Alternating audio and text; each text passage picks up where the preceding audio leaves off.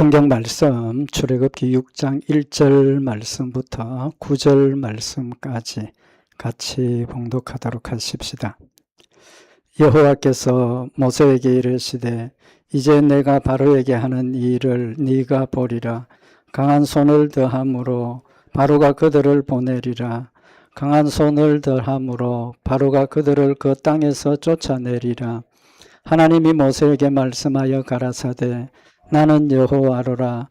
내가 아브라함과 이삭과 야곱에게 전능의 하나님으로 나타났으나 나의 이름을 여호와로는 그에게 알리지 아니하였고 가나안 땅 곧 그들의 우거하는 땅을 주기로 그들과 언약하였더니 이제 애굽 사람이 종을 삼은 이스라엘 자손의 신음을 듣고 나의 언약을 기억하노라.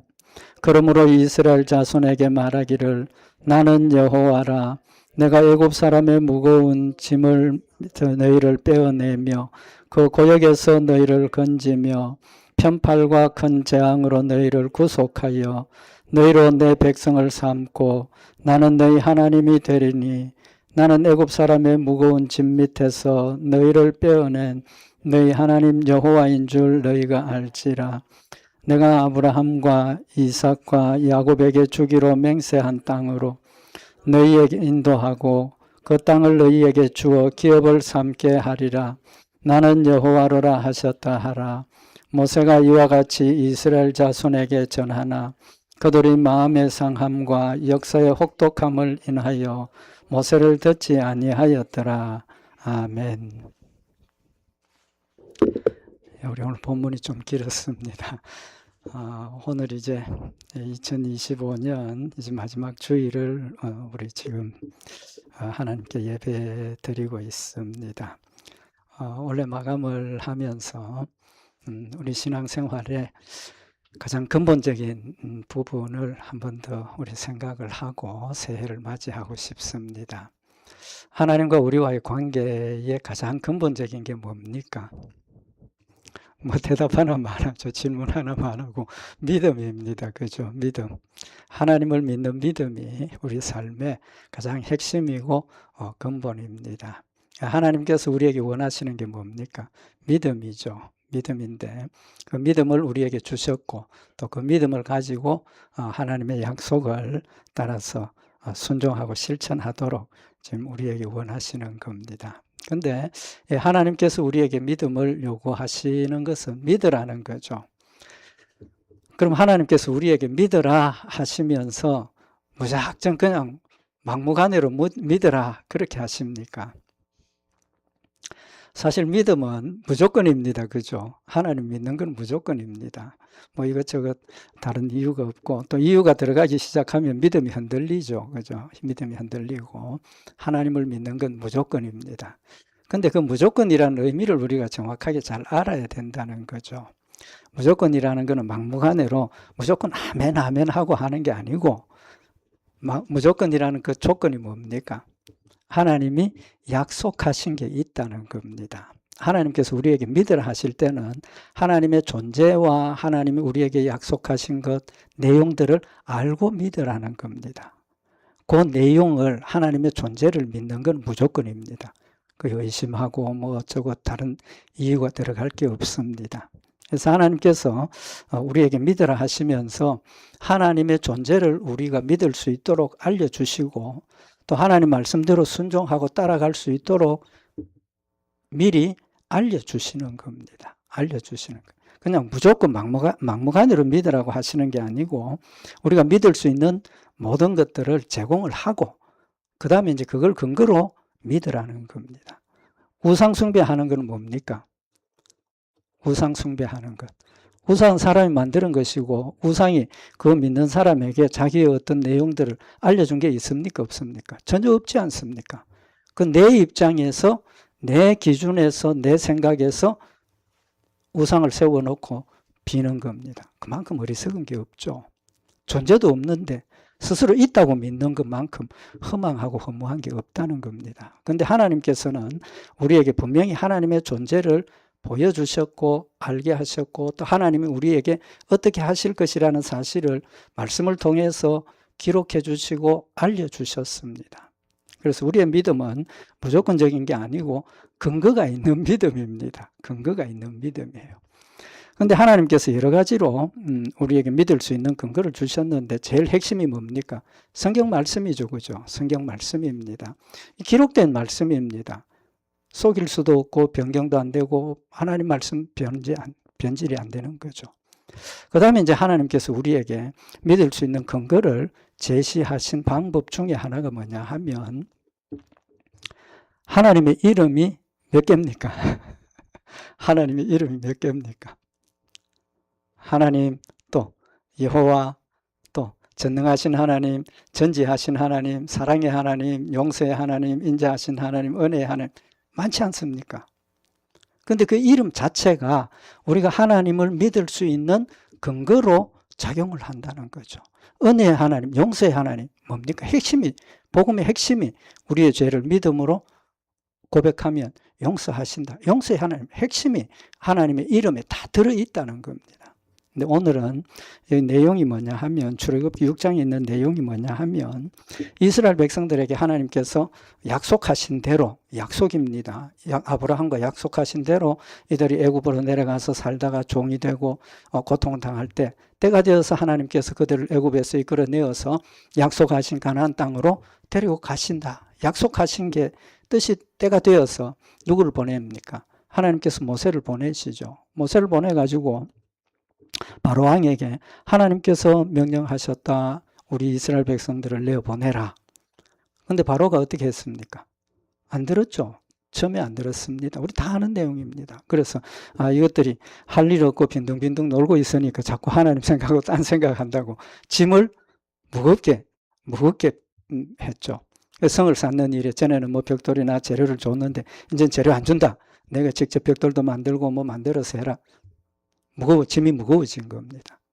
그러니까 모세도 그렇고 이스라엘 백성들도 어떻게 생각이 됩니까? 낙심이 되죠.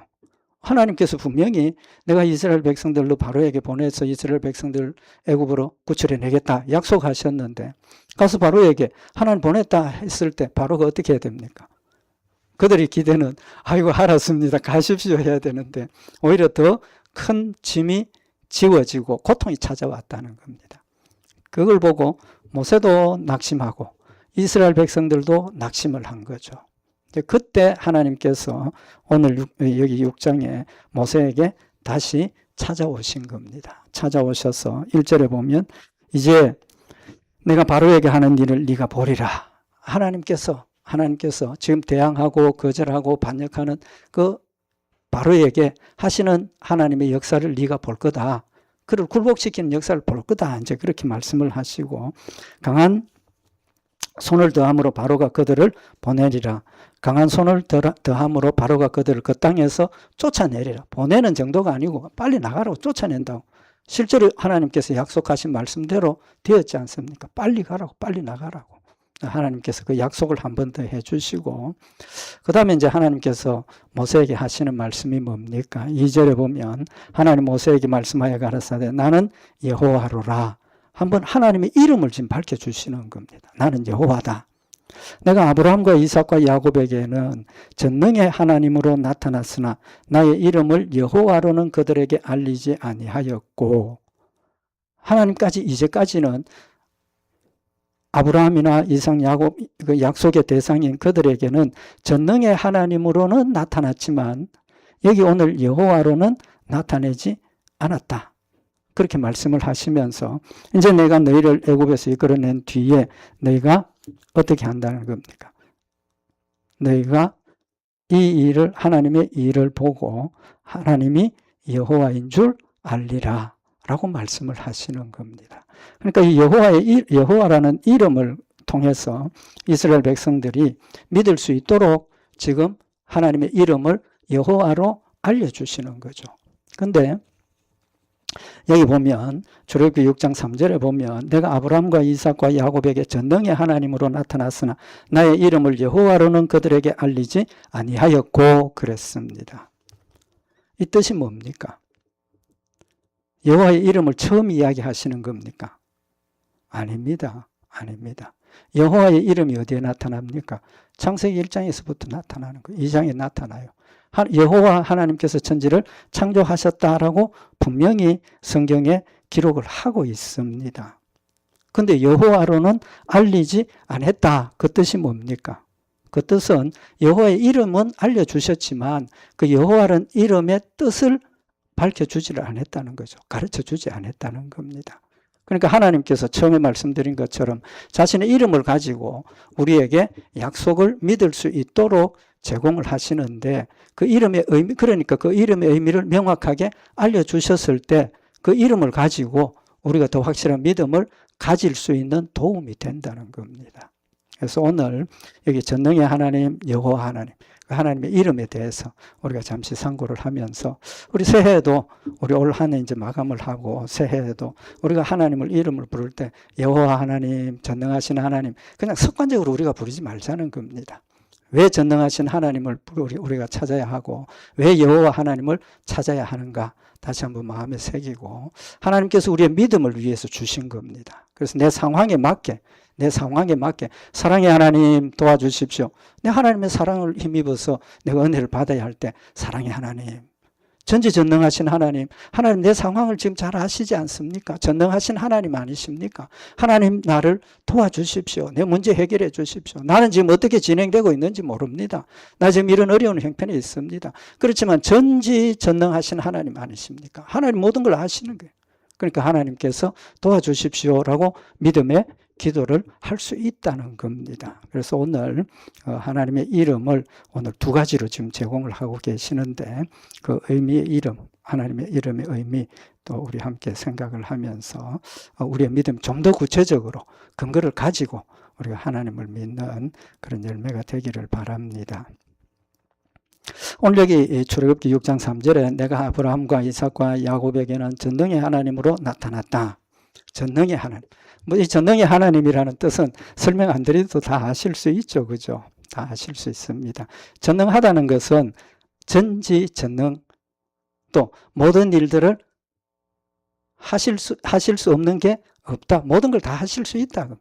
하나님이란 이름 자체가 그런 의미를 포함을 하고는 있습니다만은 이 하나님 엘로힘이라는 그 하나님이란 이름의 뜻이 뭐냐 하면 우리가 하나님을 경외하고 두려워해야 된다는 뜻입니다. 두려우신 하나님이라는 뜻입니다. 하나님 우리에게 뭘 원하십니까? 여호와 하나님을 경외하라 그랬지 않습니까? 경외하라. 그래서 이 하나님, 엘로힘이라는 의미에는 그 의미가 들어있습니다. 우리 일반적으로 하나님이라 그러죠.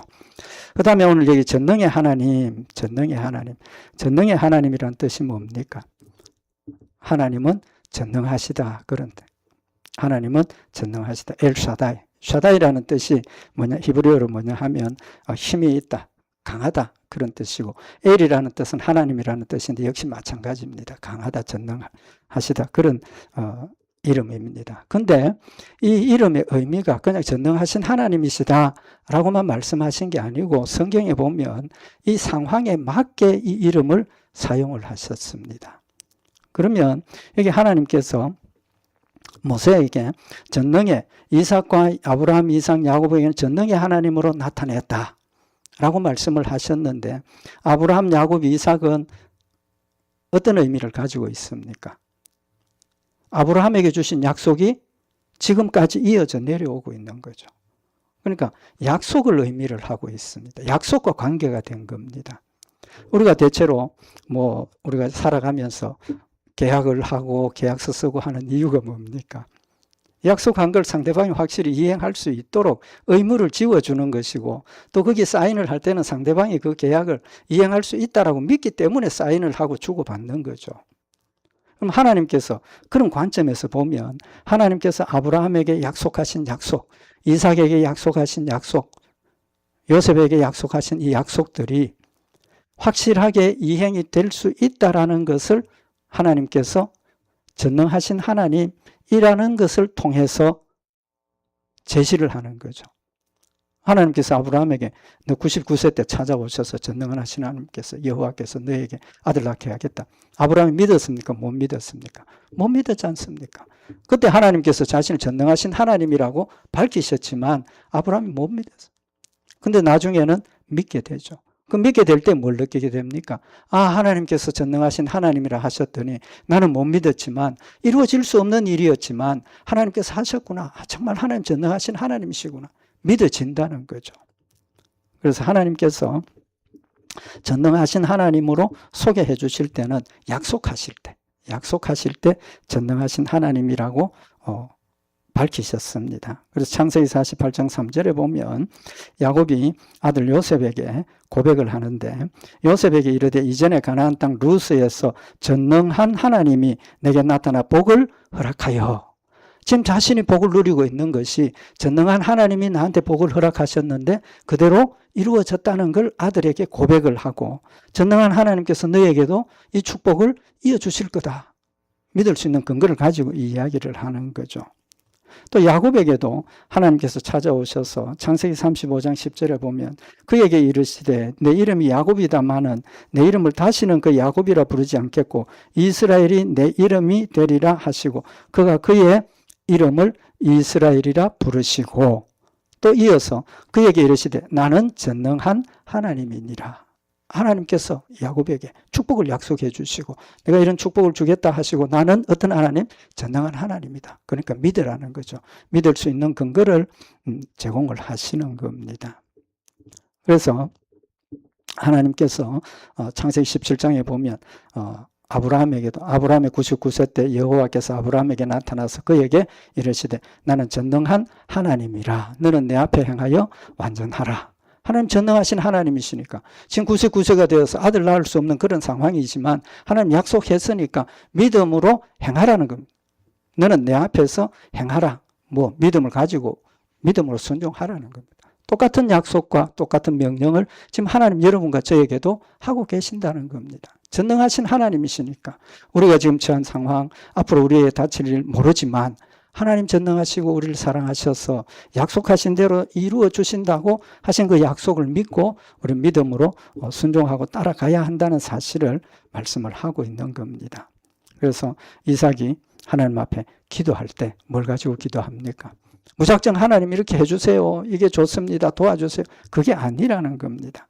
창세기 28장 3절에 보면 야곱을 위해서 이삭이 축복 기도를 하시면서 전능하신 하나님이 네게 복을 주어 너로 생육하고 번성케 하사 너로 여러 족속을 이루게 하시고 전능하신 하나님이 네게 복을 주어서 생육하고 번성케 하기를 원한다. 축복 기도를 그렇게 하고 있는 거예요. 무조건 하나님 축복해 주세요가 아니고 하나님께서 약속하신 그 축복을 근거로 지금 기도를 하고 있다는 사실을 우리에게 밝히고 있는 겁니다. 그래서 우리가 새해에도 하나님 앞에 기도하고 또 하나님 말씀대로 순종하고 기다리는 모든 일들이 하나님께서 우리에게 합력하여 선을 이루시겠다고 하셨고 또 하나님께서 약속하신 순종하는 자들에게 축복해 주시겠다고 약속하셨고 우리가 잘못할 때 뭐 한다고 그랬습니까? 징계하신다 그랬지 않습니까?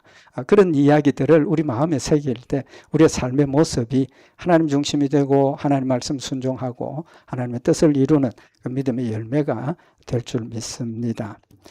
두 번째로 이제 전능하신 하나님이라고 말씀하신 하나님께서 이제 오늘 여기 본문에서는 뭐라고 소개를 하십니까? 여호와 하나님이시다. 너희가 나를 여호와인 줄 알리라 라고 말씀을 하고 있습니다. 그럼 여호와라는 뜻이 뭐냐는 겁니다.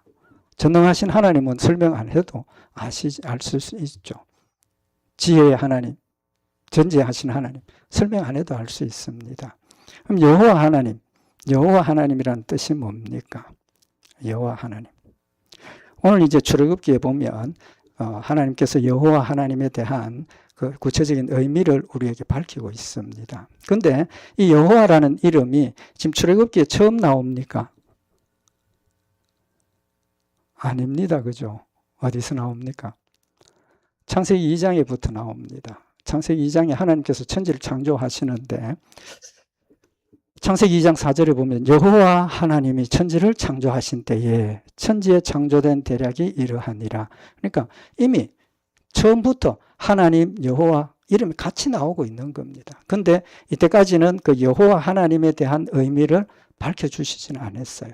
근데 출애굽기 이제 와서 하나님께서 이때부터 여호와라는 이름을 밝히시고 강조하시고 그 의미를 우리에게 가르쳐 주시는 겁니다. 이건 역시도 약속과 관계가 있습니다. 하나님 약속과 관계가 있어요. 그러면 전능하다 그 뜻하고 우리가 같이 가는데, 하나님께서 모세에게 사명을 주시면서 하나님이 모세에게 말씀하여 가라사대 나는 여호와라, 나는 여호와라, 여호와라고 미리 선포를 하시는 겁니다. 그 다음에 이스라엘 백성들을 애굽에서 이끌어내면 너희가 여호와인 줄 안다 라고 말씀을 하셨습니다. 근데 사실은 이 여호와라는 이름이 하나님께서 모세에게 사명을 주실 때 출애굽기 3장에 이미 하나님께서 모세에게 본인을 여호와라고 밝히셨습니다. 의미는 가르쳐 주시지 아니하셨지만 출애굽기 3장 15절에 보면 하나님이 또 모세에게 이르시되 너는 이스라엘 자손에게 이같이 이르기를 나를 너희에게 보내시니는 너희 조상의 하나님 곧 아브라함의 하나님 이삭의 하나님 야곱의 하나님 여호와라 하라. 이는 나의 영원한 이름이요 대대에 기억할 나의 표본이라. 하나님께서 모세가 하나님 내가 이스라엘 백성들에게 가서 하나님께서 너를 이끌어냈다고 하셨다 할 때 이스라엘 백성들이 하나님 누군지 묻는다는 거죠. 하나님 누구신지 묻는다는 거죠. 그때 하나님께서 이름을 가서 이스라엘 백성들에게 하나님 여호와라 하라라고 말씀을 하고 계시는 겁니다. 그래서 이름을 통해서 하나님의 뜻을 알려주시고 하나님 어떤 분인가를 가르쳐 주신다는 것 명확하게 알 수가 있죠. 그러면서 중요한 게 뭐냐 하면 오늘 여기 여호와라는 이름에 대해서 뭐라고 표현을 하셨습니까? 나의 영원한 이름이요 대대로 기억할 나의 표본이라. 하나님의 대표적으로 기억해야 할 하나님의 이름이 여호와라는 겁니다. 여호와라는 거예요. 전능하신 하나님은 특별히 한 부분만 되어 있죠. 무슨 부분? 전능하신 부분에 초점이 맞춰져 있습니다. 전지하신 하나님은 뭡니까? 모든 것을 다 아시는 하나님, 하나님의 지적인 면에 초점이 맞추어져 있습니다. 근데 여호와라는 이름은 그 모든 것들을 다 포함한 이름이라는 겁니다. 다 포함한 이름. 그래서 하나님께서 영원토록 너희는 나의 이름을 뭐로 기억하라는 겁니까? 여호와로 기억하라는 겁니다. 근데 우리는 어떻습니까? 여호와라는 이름 잘 사용합니까? 안 합니까? 우리 잘 사용하지 않죠. 그냥 하나님 그럽니다. 근데 하나님이 우리에게 하시는 말씀은 하나님 여호와라 하라. 이는 나의 영원한 이름이요 대대로 기억할 나의 표본이라 라고 말씀을 하셨습니다. 그런데 문제가 뭐냐 하면 하나님께서 여호와라는 이름을 이렇게 중요하게 말씀을 하시고 성경에 보면 여호와의 이름을 뭐 하라 그랬습니까? 망령되이 일컫지 말라라고 그랬거든요. 이스라엘 백성들이 그 말씀을 오해를 하고 하나님의 이름을 입에 올리는 것조차도 두려워하는 거예요. 망령되이 일컫지 말라 그랬으니까 사실은 너무 철저히 조심하는 거죠. 내가 뭐 마음에 믿음을 가지지 못하고 여호와 부르고 내가 악한 생각을 가지고 있으면서 여호와라고 부르고 그거 하지 말라는 거니까 진정한 믿음으로 하나님의 이름을 부르는 일이 사실은 있을 수 없지 않습니까? 그러니까 이스라엘 백성들은 여호와의 이름을 아예 부르지를 않는 겁니다. 이름을 부르지 않고 뭐라고 대신 부르느냐 하면 아도나이라고 불렀습니다. 그리고 이름을 기록을 할 때 여호와의 이름을 쓸 때 먼저 몸을 깨끗이 씻고 그 다음에 하나님 앞에 엎드려서 자신을 기도를 하고 붓을 한 번도 안 썼던 깨끗한 것 가지고 이름을 기록을 하고 그 다음에 그 붓은 파괴를 해요. 내버려버려요. 다시는 쓰지 않는 거예요. 그러고 나와서 다시 자기 몸을 정결케 하고. 그러니까 입에 여호와라는 이름을 아예 부르지도 않고 아도나이라고 하니까 여호와라는 이름이 글로는 쓰여 있지만 뭐라고 발음해야 되는지 모른다는 거예요. 모른다는 거예요. 그래서 지금 여호와를 어떤 사람은 뭐라고 부릅니까? 야훼라고도 하죠. 그죠? 야훼. 그 정확한 발음을 모르기 때문에 여호와라고 하기도 하고 야훼라고 하기도 하고 지금 그렇게 된 거예요. 그래서 어쨌든 하나님께서 우리에게 주신 이 중요한 의미 이름을 우리는 원 발음을 잊어버렸어요. 왜 그러냐면 이스라엘 헬라어도 이 모음 자음을 쓰는데 모음만 쓰고 자음은 안 써도 그냥 읽으면 대충 다 아니까 자음을 안 쓰고 그냥 모음만 쭉 적어놨어요. 그래서 그 이름을 부르려고 하니까 한 번도 불러본 적도 없고 들은 적도 없으니까 다른 건 들어보고 단어를 아니까 그렇게 되는데 이건 몰라요. 그래서 여호와, 야훼 이름 발음이 이상하게 되어진 거예요. 이상한 게 아니고 부정확하게 되어진 거예요. 그러면 이 여호와라는 이름이 그만큼 중요한데 여호와라는 뜻이 뭡니까? 뜻이 뭡니까? 출애굽기에 이제 이 내용들을 지금 우리에게 밝혀주고 있습니다. 하나님께서 여호와를 모세가 자신을 보러 올 때, 모세를 세우실 때 그때 여호와께서 모세가 보려고 돌이켜 오는 것을 보셨다. 그때부터 이제 여호와 이름이 이제 나오는데 출애굽기 3장 14절에 보면 이제 하나님께서 모세에게 사명을 주시면서 자기를 여호와라고 나타내시면서 해석을 해 주십니다. 출애굽기 3장 14절에 보면 하나님이 모세에게 이르시되 나는 스스로 있는 자니라. 또 이르시되 너는 이스라엘 자손에게 이같이 이르기를 스스로 있는 자가 나를 너희에게 보내셨다 하라. 여호와 하나님이 자신의 이름의 의미를 나는 스스로 있는 자다. 스스로 있는 자다. 그렇게 해석을 해 주셨어요. 그럼 이 스스로 있다는 뜻이 뭡니까? 스스로 있다. 피조물이 아니라는 거죠. 피조물이 아니라는 거예요. 처음에 말씀드릴 때 우상은 사람들이 자기의 어떤 뜻을 가지고 만들었어요.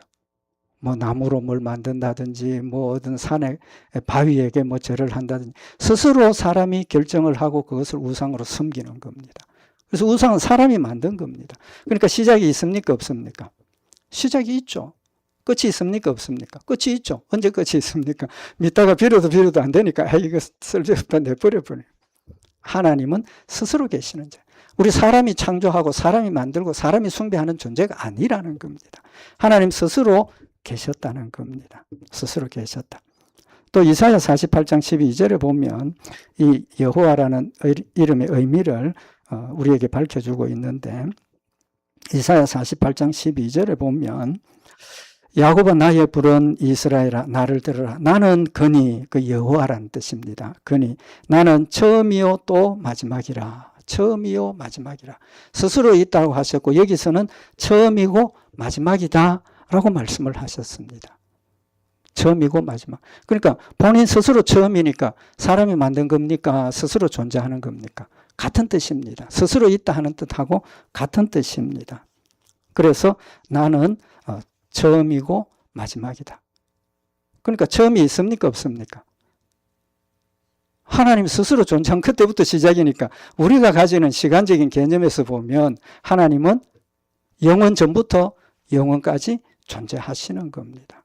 영원 전부터 존재하셨고 영원까지 존재하시니까 시작도 없고 끝도 없고 본인이 시작이고 본인이 끝이다. 그런 뜻을 지금 말씀을 하고 있는 겁니다. 그 의미가 뭡니까? 하나님은 영원 불변이시다. 영원 불변이시다. 또 스스로 존재하고 천지를 창조하신 그런 하나님이시니까 능력은 전능하신 하나님이시고 모든 것을 다 아시는 전지하신 하나님이시라는 사실을 말씀을 하고 있는 겁니다. 그럼 이 시간의 연속성을 이야기를 하시는 게 뭐냐, 의미가 뭐냐 하면 하나님이 주신 약속도 영원 불변이라는 겁니다. 영원 불변이다. 처음에 약속하신 그대로 그 약속이 반드시 이루어진다라는 사실을 말씀을 하고 있는 겁니다. 그러니까 창조주가 되시고 우리를 다스리시고 우리를 인도하시는 하나님이시라는 것을 명백하게 밝혀주시는 거죠. 믿을 수 있는 근거를 우리에게 보여주시는 겁니다. 그 다음에 또 한 가지 중요한 의미가 있습니다. 이 여호와라는 이름의 뜻이 뭐냐 하면 하나님이 이스라엘 백성들에게 선지자들을 통해서 하나님의 말씀을 전할 때 나는 여호와라는 이 표현을 반드시 하셨습니다. 거의 반드시 하셨어요. 그 의미가 뭡니까? 하나님께서 이스라엘 백성들에게 선지자를 통해서 말씀을 주시는 게 두 가지인데 하나는 앞으로 이스라엘 백성들이 처할 일 가르쳐 주셨고 또 하나님의 뜻이 무엇인가를 가르쳐 주셨고 또 하나는 뭡니까? 경고의 말씀이 있었습니다. 무슨 경고의 말씀? 이스라엘 백성들이 하나님 말씀대로 잘 순종하고 따라가면 경고의 말씀 하실 필요가 없죠. 선지자들이 하나님 주신 축복의 약속을 전하고 또 이스라엘 백성들이 듣고 순종하면 됩니다. 근데 그게 됩니까? 안 됩니까? 안 되지 않습니까? 하나님께서 말씀하시고 명령하시고 그다음 하나님을 열심히 믿는다고 했지만 하나님 말씀대로 100% 순종이 안 된다는 겁니다.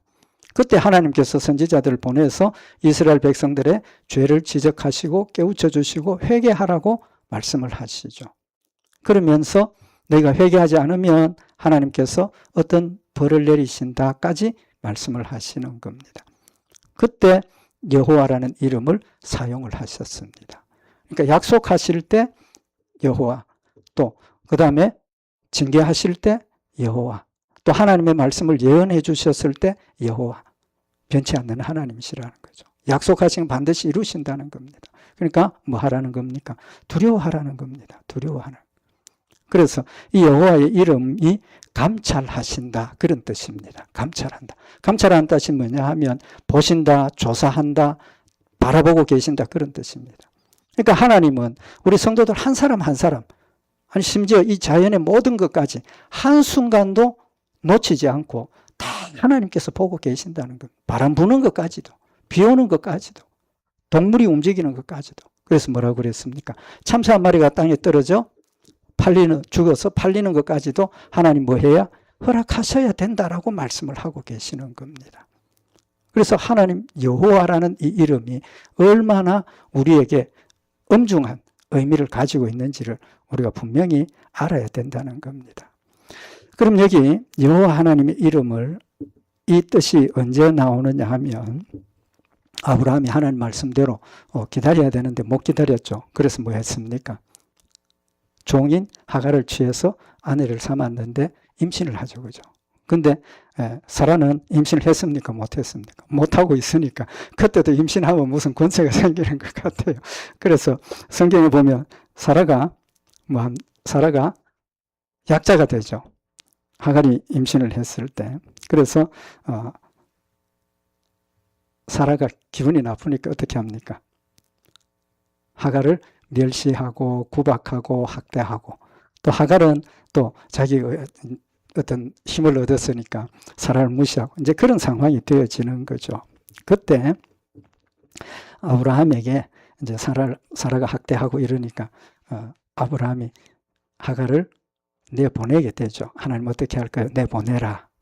쫓겨납니다. 그죠? 결과가.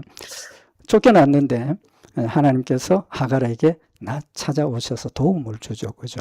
창세기 16장 13절에 보면 하갈이 자기에게 이르신 여호와의 이름을 감찰하시는 하나님이라 하였으니 이는 내가 어떻게 여기서 나를 감찰하시는 하나님을 배웠는고? 라고 이야기를 하고 있습니다.